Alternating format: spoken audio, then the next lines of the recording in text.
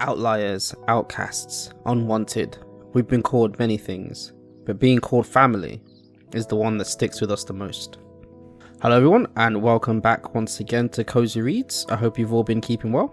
Welcome to part 2 of our newest series, A Nexus of Outliers. In today's story, we will continue with the Nexus as they work on saving a group of outcasts and witness the aftermath of Berta's scare. So without further ado, let's dive in. As the cafe was cleaned, the group that had been brought there for a warm meal was still reeling from the shock. A little time had passed, but seeing an individual turn into a bear and scare some criminals was a very frightening thing. What didn't help was the lead up, as the group knew that being caught was a death sentence. Their fear was already heightened at that reality, but now they also witnessed someone turn into a bear. It felt a bit too much. They were grateful to their saviors, but they did not realize it would be this intense so quickly. As the elders of the group thought on what had happened, a mother felt a tug on her arm. She looked down at her daughter, who asked with the sweetest and most innocent voice, "Can I please go and hug the bear lady? I'm sure she feels very warm and I'm cold." The mother looked back in slight shock. She didn't know how to process what she had just heard. It was quite cold since the criminals had broken the door when they bust in, so for now they were propping it up until they could fix it. But it meant that the wind was getting in. And it being the middle of winter did not help, especially because the winters in Arbista were always frighteningly cold. But it did sting the mother a bit, that her daughter would seek comfort in someone else. She knew that her daughter meant no harm, and to be honest, she did feel the same way. The bear looked very warm and cuddly. The cafe owner seemed kind enough, and so she thought there would be no harm in at least asking. The mother turned to her daughter and told her, "I am always here for you, honey, and I can do my best to keep you warm. But if you would like to go and speak to the cafe owner, then that is fine. But please do not annoy her or pester her. They are hard at work keeping us safe, and now cleaning the cafe. They insisted on us not helping as we are guests. They are very generous in their hospitality, and we would not like to upset that generosity." As the mother said this, the girl's eyes lit up. She hugged her mom tight, saying thank you, and that she understood, before getting up and running over to her friend on the other side of the table. She whispered in her friend's ear, and before too long, they were both running over to the cafe owner. The two kids and the cafe owner had a small exchange before the cafe owner gave a hearty laugh, and as she did, she transformed into her bear form before scooping the kids up and putting them on her back. She then proceeded to bound around the cafe with the kids squealing in delight. The group that had been saved now looked on, first worry and fear, then joy and happiness as they laughed and hollered at the fun that the kids were having. The mother looked at the smile and laughter coming from her daughter, realizing that this had been the first time in days she had seen her daughter smile. It brought a tear to her eye, a tear of joy that even in these bleak times there were those who were willing to sacrifice everything to find happiness and joy in life, doing what they can to spread the happiness and joy to others. She then proceeded to clap and cheer with everyone else. As time went on, everyone had now calmed down, and they were all talking amongst themselves, laughing and joking, even bantering with the staff. This whole thing had warmed everyone up so much that even the cold air outside couldn't faze them. By this time, most of the cafe was sorted, with the door being the only thing left, and that was being worked on. Locke walked over to the group and told them how nice it was to see them so cheerful and happy. He joined in with the group and took part in their conversations, explaining more about himself and learning more about them. He learned that they were a group of hybrids, much like the cafe owner, but for them they could not transform. Instead they were born part animal and part human. They were all different variations of rodents, with some having features of mice, others rats, there were squirrels and even mole rats.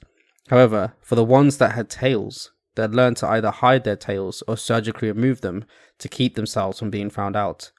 It was the sad lengths that hybrids had to go to keep themselves hidden. "I'm so sorry that you have to go through things like that just to survive. It really is sad, as you should be able to live free as you are. We live in such trying times, and the Reapers in government only stand to make things worse. They have no regard for anyone who doesn't fit their mold," Locke said. "True, we do live in such trying times. We have grown accustomed to this, but our children are the ones we fear for the most. We could not fathom having their tails surgically removed, but with them being so young, they do not know any better. They try to live free, not realizing they must pay for such freedom. They are only children, we cannot fault them. But your friend, the cafe owner, Berta, was it? She is a shifter. One of the elders responded before asking their question. Yep, that's Berta. She was born a shifter, but ever since she was young she was unable to control it properly. Her parents were able to give her a power dampener so she could stay human and live normally, but due to her powers being so out of whack, she would have to keep replacing the power dampeners. Eventually it became expensive for her parents, but they carried on doing what they could to protect her. Until one day she had been using a power dampener that was weakened, but her parents could not afford another one. She was with her parents walking through the city centre when her powers went off. She tried to control it, but I'm guessing this backfired and she transformed into a bear, raging with anger at the thought that she could not control her powers. The guards saw this, and her parents, realising what was about to happen, got in the way and transformed as well to attack the guards. They told her to run, and she wanted to stay and fight, but her parents told her that if she got caught, or worse, they would never forgive themselves. Let them save her so that she can live a good life, instilling the idea that not everyone is bad, to give people the benefit of the doubt and to try and live life as happy and healthy as possible.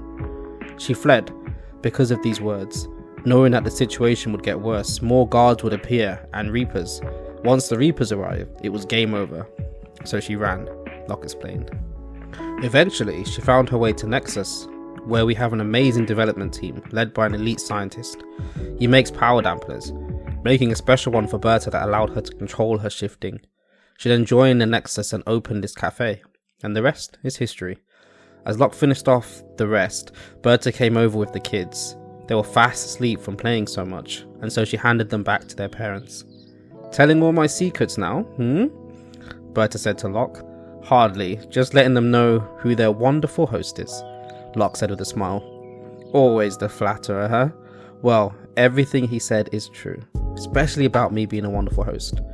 I was never able to have kids. Doctors think it's something to do with my powers. So I opened this cafe, so I can look after people in the best way I know how.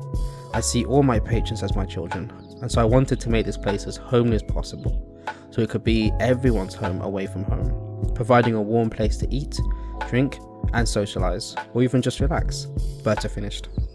The group smiled at this and thanked Berta for her hospitality and kindness. Berta just smiled back, explaining that there was no need for the thanks. At that moment, a group of rough individuals came in. The group at the table immediately tensed up, fearing it would evoke another encounter, but they eased up when they heard the leader speak. Mama Bear, lovely as always. We found the group who trashed your cafe, and we've given them a stern talking to, the leader explained. Oh, you didn't have to do that. Can they at least walk? They made a mistake, and I'm sure they have learnt their lesson, and won't be making the same mistake again. Berta responded with slight worry in her voice. She hated the thought of people fighting and getting hurt, but she was not above giving a beat down to protect those she cared about. They can walk. Well, just barely anyway. We made sure not to go overboard this time. You're our mama, so anyone who has a problem with you has a problem with us.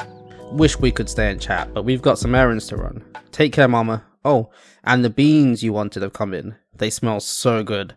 I'm looking forward to the amazing coffee you're going to whip up with them. We'll get them over to you as soon as possible, the leader replied before getting ready to leave. Oh, you boys are always so helpful. Thank you for looking out for me. And as always, when you finish with your errands, make sure to come back with those beans. I'll make some chocolate fudge cake and coffee to go with it.